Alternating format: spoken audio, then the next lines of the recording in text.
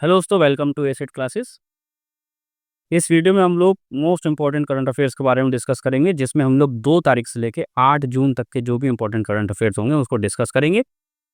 Basically ये series daily series है, यानी कि हम लोग इसमें डेली करंट अफेयर्स कवर करते हैं, बट समय की व्यस्तता के चक्कर में मैं इसमें डेली वीडियो नहीं अपलोड कर पा रहा हूँ, उसके लिए मैं क्षमा चाहता हूँ।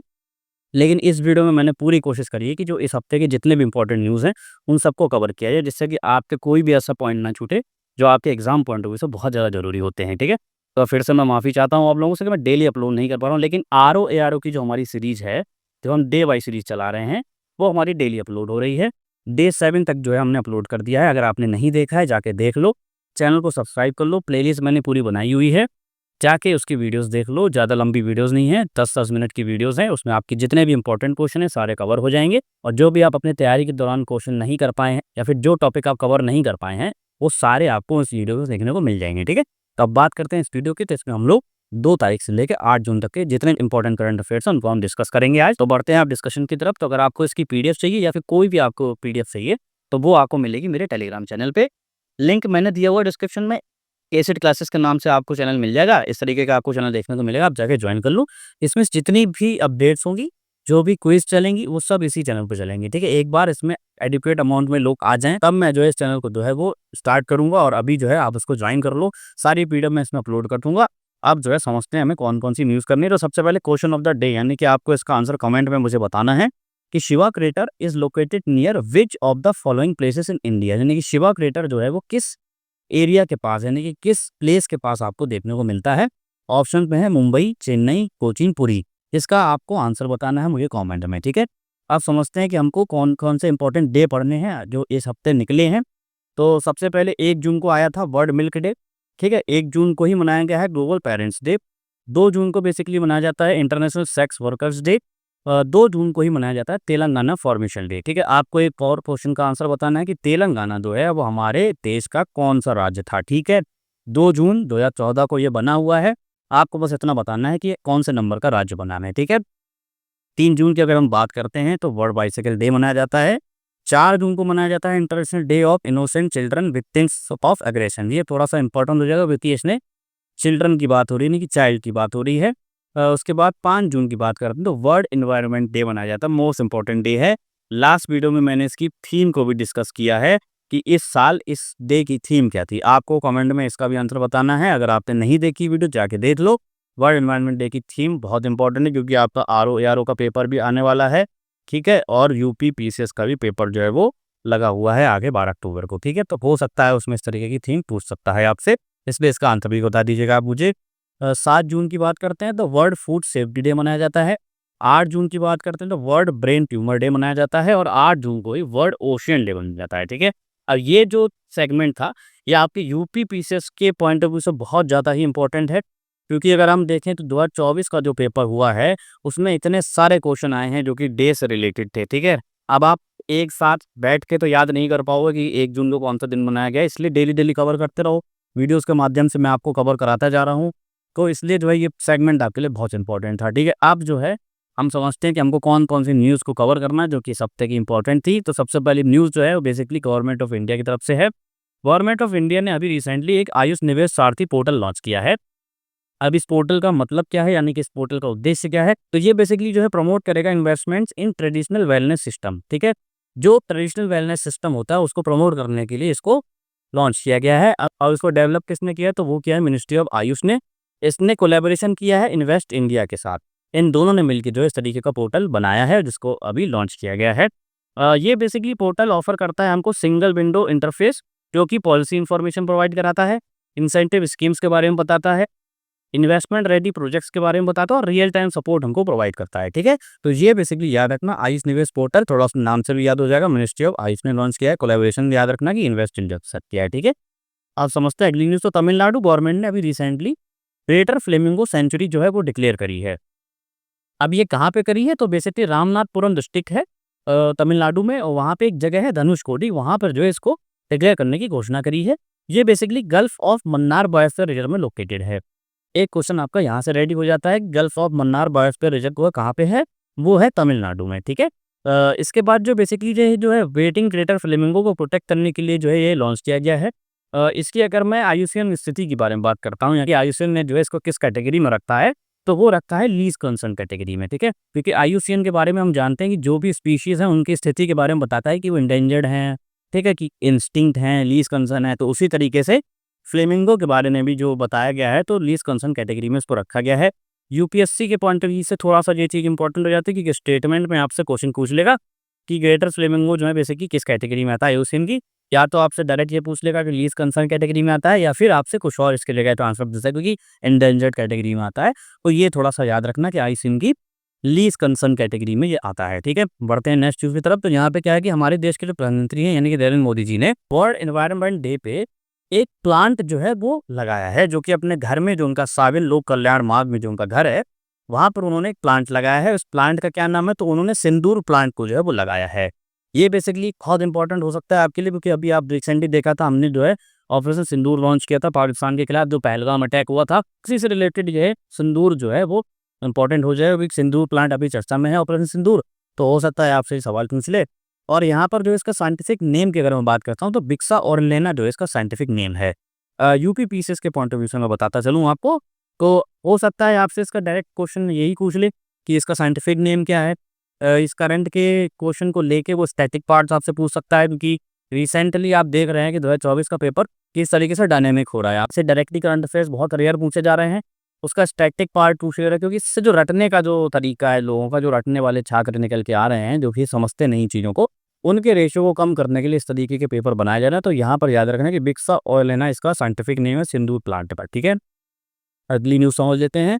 तो बेसिकली एक रिपोर्ट पब्लिश की गई है, वर्ल्ड वेल्थ रिपोर्ट 2025। ये किसने करी है, तो ये कैपजेमिनी ने करी है। बेसिकली आपके लिए इतना ही इंपॉर्टेंट है, इसमें कुछ डेटा है वो मैं डिस्कस कर लेता हूँ। इंडिया के पास जो है वो 3,78,810 मिलेनियर है 2024 में, ठीक है। जो कि इनकी कंबाइंड वेल्थ की अगर हम बात करते हैं तो $1.5 ट्रिलियन है, ठीक है, जो बहुत इंपॉर्टेंट डेटा है ना। आप बढ़ते हैं नेक्स्ट न्यूज़ की तरफ। तो यूनियन एनवायरनमेंट मिनिस्ट्री ने 2 रामसर साइट्स को जो है वो डिक्लेयर किया है, जो कि राजस्थान में स्थित है, ठीक है। इंपॉर्टेंट हो जाएगा आपके लिए। कौन-कौन सी, इनके नाम याद रख लो। तो मेनार जो है वो उदयपुर में है, और खिचान जो है वो फलौदी डिस्ट्रिक्ट जो है राजस्थान में, वहाँ पे पड़ती है। मेनार के बारे में बात करते हैं, जी फ्रेश वाटर मानसून वेटलैंड है। इसके बाद हम खिचान की बात करते हैं, तो ये थार डेजर्ट में लोकेटेड है। ये बेसिकली रात्रि रिवर और विजय सागर जो पॉन्ड है, उनसे मिलकर जो है ये बनता है, और ये बेसिकली होम है जो 150 बर्ड स्पीसीज़ है उनका, ठीक है। तो ये याद रखना कौन-कौन सी साइट है, मेनार जो उदयपुर में है, किचान जो फलौदी डिस्ट्रिक्ट में है, ठीक है। आपसे सीधे मैच द फॉलोइंग में क्वेश्चन पूछे जा सकते हैं। अगली न्यूज़ समझते हैं। तो यहाँ पे कह रहा है एक्सटर्नल अफेयर मिनिस्टर जो है जयशंकर हैं, उन्होंने अनाउंस किया है कि इंडिया को जो है बेसिकली इलेक्ट किया गया है United nation economic and social council के लिए, जो कि उनका टर्म रहेगा इंडिया का 2026 से लेकर 2028 तक, ठीक है। बेसिकली इंडिया के साथ-साथ कुछ और कंट्री को भी इसमें इलेक्ट किया गया है, तो वो कौन-कौन सी कंट्रीज़ हैं उनके भी नाम याद रख लो। ये बेसिकली लेबनान है, तुर्कमेनिस्तान और चाइना है, ठीक है। ये चारों जो कंट्री हैं, ये basically Asia Pacific state groups की मेंबर बनी है, ठीक है।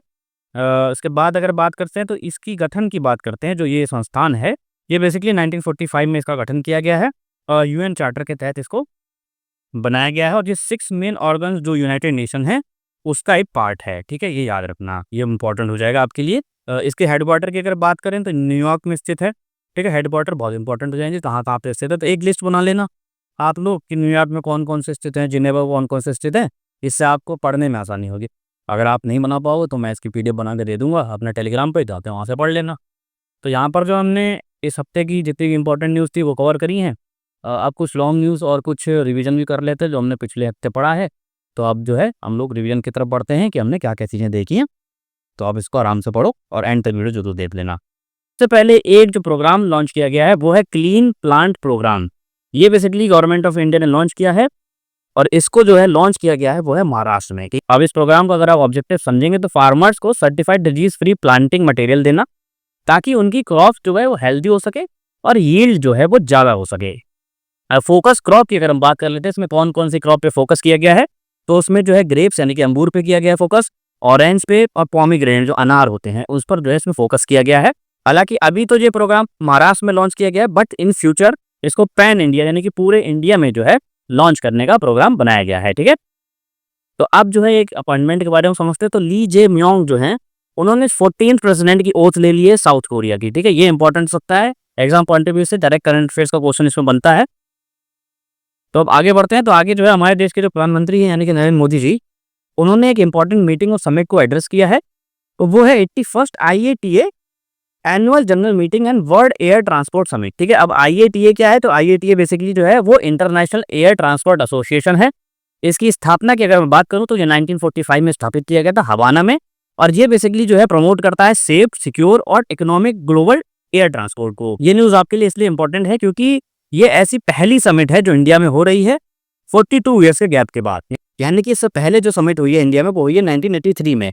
अब ये 42 ईयर्स के बाद जो है इंडिया में हो रही है, तो हो सकता है इस टॉपिक से आपसे सवाल पूछे जा सकते हैं। और इंपॉर्टेंट बात है कहाँ हुई है, तो ये भारत मंडपम न्यू दिल्ली में। ठीक है, आपको याद रखना पड़ेगा कि कहाँ पे हुई है, वो हुई न्यू दिल्ली में। ठीक है, अब जो है अगली न्यूज पे बात करते हैं, तो यहाँ पे एक खीर भवानी फेस्टिवल जो है वो सेलिब्रेट किया गया है। बेसिकली ज्येष्ठ अष्टमी जो हुई है उसके उपलक्ष्य में इसको सेलिब्रेट किया गया है। अब ये कहाँ किया गया है, तो ये किया गया खीर भवानी टेम्पल जो है वो श्रीनगर के पास। ठीक है, अब यहाँ पे एक इंपॉर्टेंट फैक्ट आपको याद हो रहा है कि खीर भवानी टेम्पल कहाँ पे है, तो वो है श्रीनगर के पास, जो कि जम्मू एंड कश्मीर में है। ठीक है, ये बेसिकली रागन्या देवी को डेडिकेटेड एक टेम्पल है।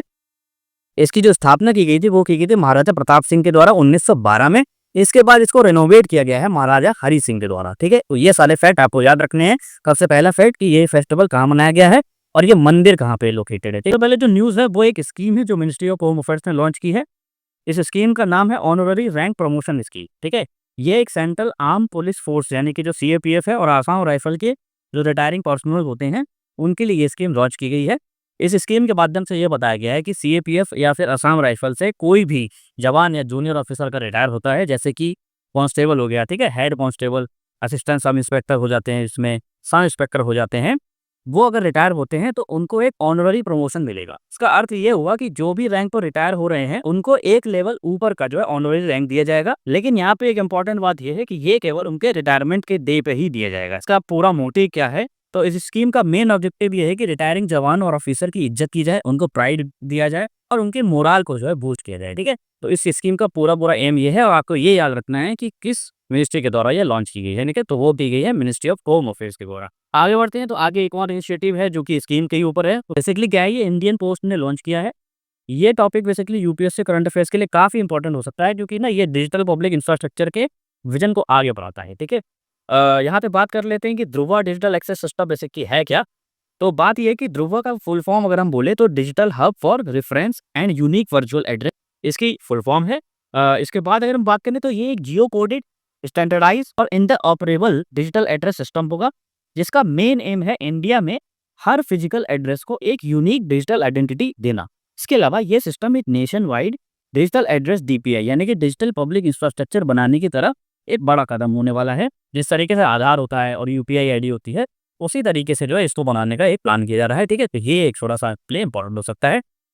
बढ़ते हैं आगे अगली न्यूज़ की तरफ।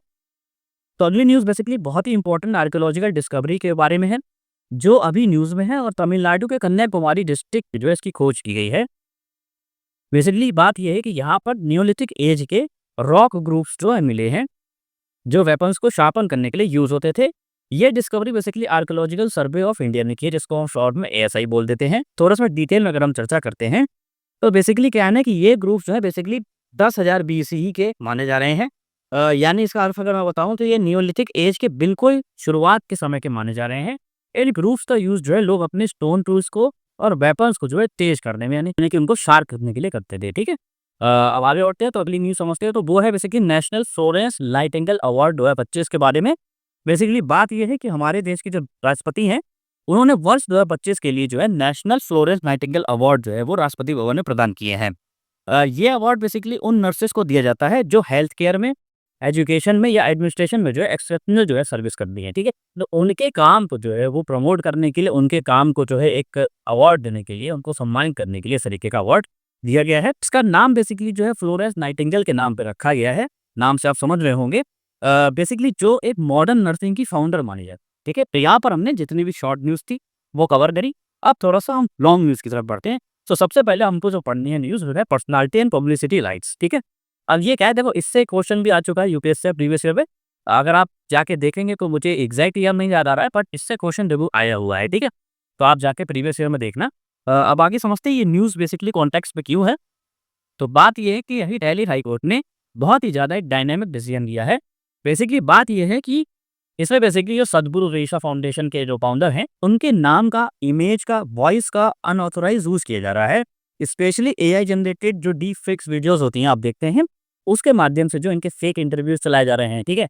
फेक पॉडकास्ट चलाए जा रहे हैं, ठीक है? तो इसलिए जो है इन्होंने जो है इस तरीके की जो अपील रखी हाई कोर्ट के सामने, और हाई कोर्ट ने जो है इस पे अपना डिसीजन दिया, जिस पे उन्होंने रोक लगा दी कि इस तरीके का आप कोई भी इस्तेमाल नहीं कर सकते किसी की वॉइस का। ठीक है? अगर यूपीएससी की रेलेवेंसी की मैं बात करूँ आपसे, तो आप इसको जीएस पेपर 2 से कनेक्ट कर सकते हैं। उसके बाद जो है जीएस पेपर 3 की बात करते हैं, तो ये साइबर सिक्योरिटी का भी एक इश्यू आपके सामने निकल के आ रहा है। ठीक है? अब हम बात करते हैं कि पर्सनैलिटी राइट और पब्लिसिटी राइट होते क्या है? तो बात ये है कि पर्सनैलिटी राइट्स का जो अर्थ होता है, वो बेसिकली किसी भी व्यक्ति का अपनी आइडेंटिटी, जैसे कि नाम हो गया, है ना? इमेज हो गई, वॉइस हो गई, सिग्नेचर या अपीयरेंस को जो है वो कमर्शियल यूज़ को कंट्रोल करने का एक अधिकार होता है। एक और इम्पोर्टेंट बात यहाँ पे ये है कि ये बेसिकली 2 पार्ट में डिवाइड होते हैं। पहला है राइट टू प्राइवेसी, ठीक है? अब बात राइट टू प्राइवेसी की कहाँ से आई यहाँ पे? तो बात ये है कि आर्टिकल 21 के अंतर्गत हर सिटीजन को अपनी प्राइवेसी का राइट है। अब ये एक प्राइवेसी का मामला ही है कि आपकी आवाज़ को जो है गलत तरीके से यूज़ किया जा रहा है, ठीक है? उसके बाद जो है इसमें राइट टू पब्लिसिटी का भी एंगल आता है। तो बात ये है कि इसका अर्थ ये होता है कि किसी भी व्यक्ति का नाम, इमेज बिना परमिशन के कमर्शियल यूज़ इसमें नहीं किया जा सकता। इसीलिए बात ये है कि कोई भी संस्थान जो है आपके इन सब चीज़ों का इस्तेमाल तभी कर सकती है जब आप प्रॉपर कॉन्टैक्ट करते हैं। ठीक है? अब बेसिकली क्या है ना कि ये राइट्स बेसिकली इंश्योर करते हैं कि किसी की आइडेंटिटी का मिसयूज़, डिस्टॉर्शन ना हो या कमर्शियल एक्सप्लॉइटेशन जो है ना किए जाए। आगे बढ़ते हैं तो समझते हैं इसके लीगल एंड कॉन्स्टिट्यूशन प्रोविज़न क्या है भारत में, ठीक है? तो सबसे पहले अगर हम बात करते हैं तो कॉपीराइट एक्ट आता है जो 1957 का है। अब यूपी पीसीएस के पॉइंट ऑफ व्यू से ये थोड़ा-सा इंपॉर्टेंट हो जाएगा क्योंकि इसमें डेट दी हुई है। डेट के साथ-साथ आपको एक्ट ही पता चल जाएगा ये कब आया है, क्योंकि यूपी पीसीएस में इस तरीके से क्वेश्चन आते हैं मैच द फॉलोइंग करने को, कि आपको लगाना होता है कि ये एक्ट कब आया था, या फिर क्रोनोलॉजी भी आ सकती है कि ये एक्ट कब आया, कि उसके बाद दूसरा एक्ट कब आ रहा है, ठीक है? तो थोड़ा सा डेट भी आप याद रखिए। बेसिकली इस एक्ट के माध्यम से जो है परफॉर्मर्स को उनके वर्क पर राइट मिलते हैं, जिसमें जो है उनकी इमेज भी आती है और तो वॉइस भी आती है, ठीक है? ये कोई केवल ब्रिटेन और कोई पीडीएफ फॉर्मेट नहीं है, इसमें आपकी वॉइस भी इंक्लूड होती है। जिसके बाद जो ट्रेडमार्क्स एक्ट है, जो कि 1999 का है। बेसिकली क्या है कि आप अपने नाम का ट्रेडमार्क की तरह इस्तेमाल कर सकते हैं। के बाद बात करते हैं तो टॉर्ट और कॉन्सिल ऑफ की बात हो रही है। तो बेसिकली बात यह है कि किसी की आइडेंटिटी का मिसलीडिंग जो है कमर्शियल यूज़ नहीं किया जा सकता। कोई गलत तरीके से कोई वीडियो चला दी गई, ठीक है? अगर सपोज़ मान लो कि कोई बड़ी कंपनी है जिसको अपना ब्रांड का प्रमोशन कराना है, लेकिन वो नहीं चाह रही पैसा खर्चन, कि अगर आप ब्रांड एम्बेसडर लेके आते हो तो वो पैसा चार्ज करेंगे, बट वो नहीं देना चाह रही है। तो इसलिए क्या होगा कि वो एआई से जो है फेक वीडियोज़ बना सकती है, फेक वॉइस डिटेक्ट कर सकती है और वो पब्लिक में ला सकती है। अगर इस तरीके के राइट नहीं हुए, पब्लिक जो है इससे भ्रमित हो सकती है कि अगर कोई गलत चीज़ चल रही है ना? उसके पब्लिक को तो यही लगेगा कि अरे इतने बड़े, इतने सामान्य व्यक्ति ने ये चीज़ बोली है तो हो सकता है कि ये सही हो, लेकिन एक्चुअल चीज़ अलग हो सकती है। इसलिए जो है अगर ये राइट नहीं होंगे ना, इस तरीके का एक्सप्लॉइटेशन भी जो है होने के चांसेस ज़्यादा होते हैं, ठीक है? उसके बाद जो आईटी रूल और एडवाइजरी भी कुछ यहाँ पे जारी की गई है, इसमें बात की गई है कि ऑनलाइन कंटेंट और एआई टेक को रेगुलेट किया जाएगा। लेकिन अभी तक जो है इसमें डेडिकेटेड एआई लॉ नहीं आए हैं, ये इम्पोर्टेंट हो सकता है आपके लिए। इसमें एआई डेडिकेटेड लॉ नहीं है, तो ये थोड़ा-सा इम्पोर्टेंट था, जहाँ पे हमने इस चीज़ के बारे में डिटेल में समझा। अब यहाँ पे जो है प्रीलिम्स का क्वेश्चन है, बेसिकली इसमें ये कह रहा है कि which of the following statements best describe personality rights as recognized in India? तो इसका जो सही आंसर होगा वो option number B, rights to control the commercial use of one's identity including name, image and voice, ठीक है? तो इसमें सारी चीज़ें इंक्लूड होती हैं। इसके बाद जो है मैंने एक मेंस का क्वेश्चन भी दिया हुआ है, आप देख सकते हैं। अगर आपको आंसर राइटिंग करनी हो तो आप उसके आंसर राइटिंग भी कर सकते हैं, ठीक है? अब बढ़ते हैं नेक्स्ट की तरफ। तो बेसिकली वो है नक्शा, यानी कि national geospatial knowledge based land survey of urban habitation programme, ठीक है? तो नक्शा प्रोग्राम के बारे में समझते हैं। बात ये है कि हमारी जो मिनिस्ट्री है रूरल डेवलपमेंट ने नक्शा प्रोग्राम का सेकंड फेज जो है वो लॉन्च किया है। नक्शा की अगर हम फुल फॉर्म की बात करते हैं तो वो है national geospatial knowledge based land survey of urban habitats, ठीक है? ये initiative basically digital India land record modernisation programme जो है उसके अंडर में आता है, और इसका जो मेन फोकस है वो बेसिकली अर्बन लैंड रिपोर्ट्स को एक्यूरेट, ट्रांसपेरेंट और डिजिटल बनाना है, ठीक है? तो यहाँ पे याद रखना अर्बन जो लैंडस्केप है उसको ट्रांसपेरेंट बनाने का यहाँ पे काम चल रहा है। अब बात करते हैं यूपीएससी के रिलेवेंसी की, तो आप इसको जीएस पेपर 2 से कनेक्ट कर सकते हैं। उसके बाद आप इसको जीएस पेपर 3 से भी जोड़ सकते हैं। तो अब समझते हैं कि ये नक्शा बेसिकली है क्या, इसको थोड़ा डिटेल में समझते हैं। तो बेसिकली क्या है ना कि इसका ऑब्जेक्टिव की अगर हम बात करते हैं तो अर्बन लैंड रिकॉर्ड्स को मॉडर्न जियोस्पेशियल टेक्नोलॉजी से डिजिटलाइज करने का इसका एक मोटिव है। ये पूरे सिस्टम को ट्रांसपेरेंट बनाने का काम करना चाह रहा है, ठीक है। रिकॉर्ड कीपिंग को सेंट्रलाइज करना इसका एक उद्देश्य है। प्रॉपर्टी ट्रांजैक्शन को सिंपल बनाना इसका एक उद्देश्य है, और लैंड डिस्प्यूट्स को जो है कम करना इसका एक उद्देश्य है। क्योंकि अगर डिजिटल होंगी चीज़ें तो इस पे डिस्प्यूट्स भी कम हो सकते हैं, ठीक है। क्योंकि ऑन पेपर में कुछ भी हो सकता है, अगर ऑन रिकॉर्ड नहीं है आपके पास, लेकिन यहाँ पे डिजिटल रिकॉर्ड रहेंगे तो इसमें कोई भी डिस्प्यूट होने की संभावना बहुत न्यूनतम हो जाती है, ठीक है। मैं ये नहीं कह रहा कि पूरी तरीके से खत्म हो जाएगी, बट हाँ, डिस्प्यूट है कुछ न्यूनतम तो होंगे ही, ठीक है। बात करते हैं कि इसका इम्प्लीमेंटेशन कैसे होता है, ठीक है। तो देखो, पहली बात तो ये है, ये फेज़ 1 की बात अगर हम करें तो 152 अर्बन लोकल बॉडीज़ जो हैं, वो पायलट प्रोजेक्ट की तरफ से स्टार्ट हुआ है ये, ठीक है। जिसमें जो है 26 स्टेट और 3 यूनियन टेरिटरीज़ में शामिल थी। उसके बाद जो है इसमें टारगेट उन सिटीज़ का था जिनका एरिया जो है 35 स्क्वायर किलोमीटर से कम होता है और पॉपुलेशन जो है वो 2 लाख से कम थी। उसके बाद जो है ये हाई प्रिसिजन मैपिंग के लिए एरिया सर्वे करता है, ड्रोन्स का इसमें इस्तेमाल किया जाता है, और वेब जीआईएस प्लेटफॉर्म का जो है इसमें यूज़ किया जा रहा है, ठीक है। फिर जो है इसका एम बेसिकली क्या है कि 5 साल में पूरे अर्बन इंडिया को इसमें कवर करना इसका एक एम है। अब यहाँ पे फेज़ 2 की बात करते हैं, जो कि अभी हम बता रहे हैं कि फेज़ 2 इसमें लॉन्च किया गया है। तो बेसिकली क्या है कि अब जो फ़ोकस है वो कैपेसिटी बिल्डिंग पर है, स्किल एनहांसमेंट पर जो है इसका फ़ोकस किया जा रहा है। इसमें बेसिकली जो है 304 अर्बन लोकल बॉडीज़ और डिस्ट्रिक्ट ऑफिसर को 157 यूएलबी से नॉमिनेट किया गया है, ठीक है। जिनको जो है जियो स्पेशल टेक्नोलॉजीज़ और डिजिटल लैंड सर्वे की ट्रेनिंग दी जा रही है, ठीक है। ट्रेनिंग मॉड्यूल्स की बात अगर कर लें तो इसमें जो है GNSS, ETS based surveying, web GIS application, land parcel mapping और लीगल एडमिनिस्ट्रेटिव एस्पेक्ट जो है कवर किए जा रहे हैं इसमें, ठीक है। फंडिंग की अगर हम बात करते हैं तो जो 100% जो है वो सेंट्रली फंडेड स्कीम है। पायलट फेज का जो आउटले लगभग 194 करोड़ का है, ठीक है। तो ये इंपॉर्टेंट फैक्ट है आपके लिए कि 100% जो है वो सेंट्रली स्पॉन्सर्ड स्कीम है। इसमें राज्यों से कोई भी भाग नहीं लिया जा रहा है, ठीक है। यहाँ पे हमने नक्शा प्रोग्राम के बारे में पूरा डिटेल में समझा।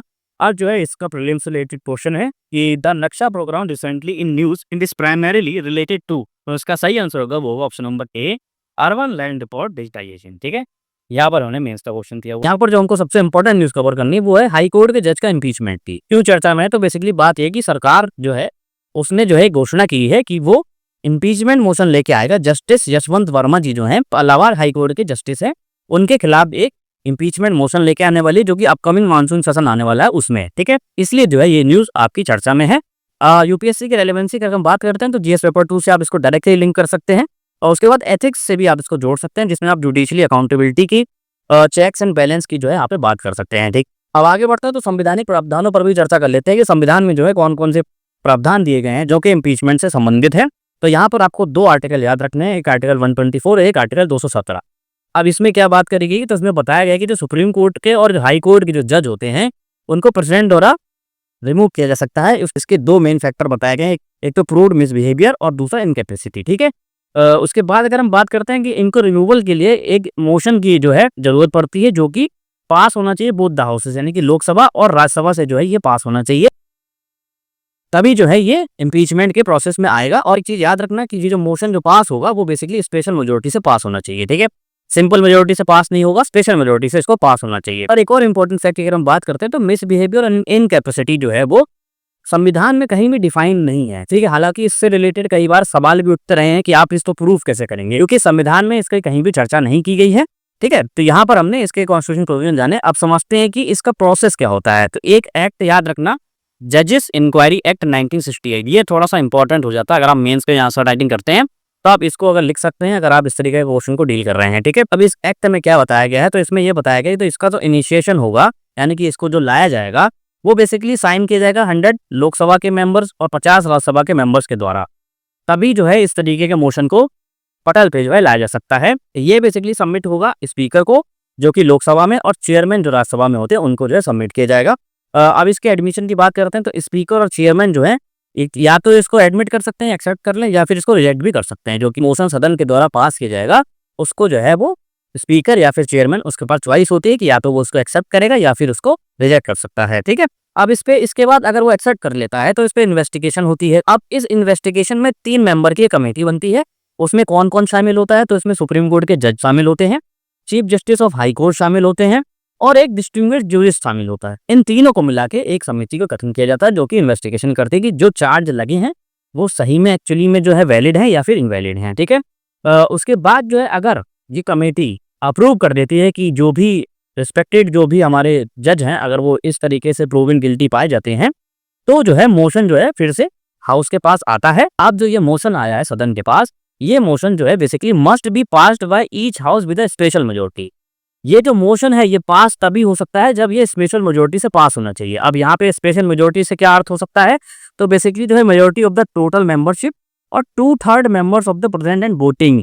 यानी कि अगर 500 मेंबर हैं तो 500 के 500 उपस्थित होने चाहिए, और उसके बाद जो है 500 का जो 2/3 है, अगर वो दोनों पास हो जाते हैं तब जाके जो है स्पेशल मेजोरिटी कहलाती है, ठीक है। यहाँ पर मैंने आपको समझा दिया कि ये जो मोशन है ये स्पेशल मेजोरिटी से पास होना चाहिए, ठीक है। इसके बाद अगर ये मोशन पास हो जाता है तब ये मोशन जाता है राष्ट्रपति के पास। फिर राष्ट्रपति के पास अधिकार होता है कि वो जिस भी जज के खिलाफ इस मोशन को पास किया गया उसको वो अपने ड्यूटी से हटा सकता है, ठीक है। तो ये पूरा प्रोसेस है इनिशिएशन से लेकर राष्ट्रपति के ऑर्डर तक का, मैंने आपको सब समझा दिया। और यहाँ पर ये एक्ट थोड़ा सा याद रखना है कि जजेस इंक्वायरी एक्ट कब आया है, 1968 में। पीसीएस के पॉइंट ऑफ व्यू से भी इंपॉर्टेंट है क्योंकि आपसे सीधे डेट भी पूछ सकता है, और मेन आंसर राइटिंग के लिए भी ये बहुत ज्यादा इंपॉर्टेंट हो सकता है। यहाँ पर हमने इस मुद्दे के बारे में पूरा समझा। यहाँ पर जो है प्रीलिम्स का क्वेश्चन है जो कि इसी न्यूज से रिलेटेड है। तो यहाँ पे जो क्वेश्चन कह रहा है कि the motion for removal of a जज must be sign by at least, ठीक है। यहाँ पर जो है 100 लोकसभा और 50 राज्यसभा मेंबर्स की बात हो रही है।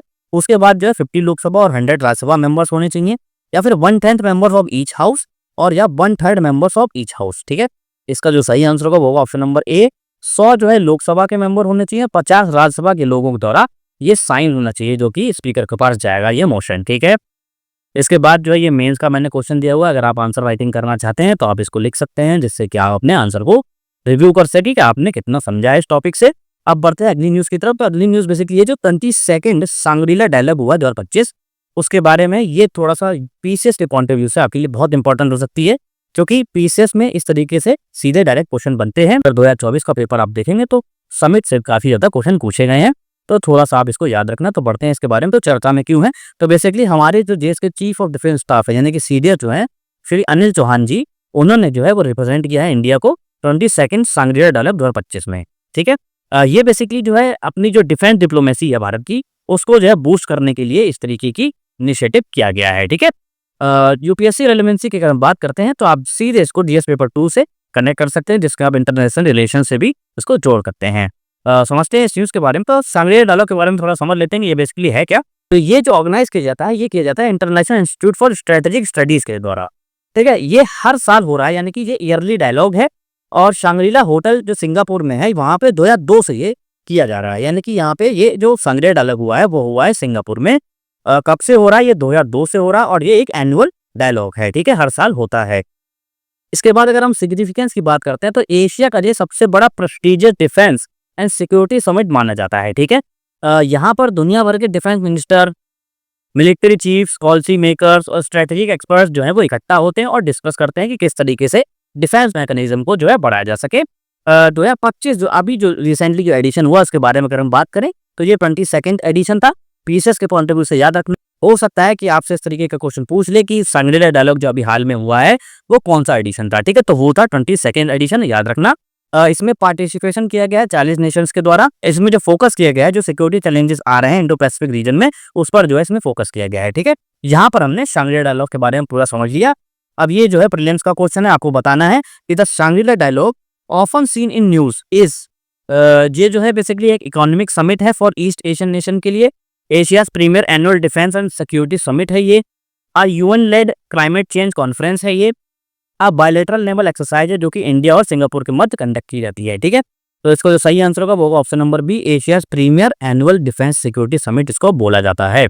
यहाँ पर ये मेंस का क्वेश्चन है, आप आंसर राइटिंग कर सकते हैं। तो यहाँ पर जो है हमने जितने भी इंपॉर्टेंट न्यूज़ थी आज की तो सब समझी। अगर आपको वीडियो अच्छा लगा हो तो चैनल को सब्सक्राइब कर लो, वीडियो को शेयर कर दो ज़्यादा से ज़्यादा। मिलते हैं हम नेक्स्ट वीडियो में। Thank you so much, bye bye.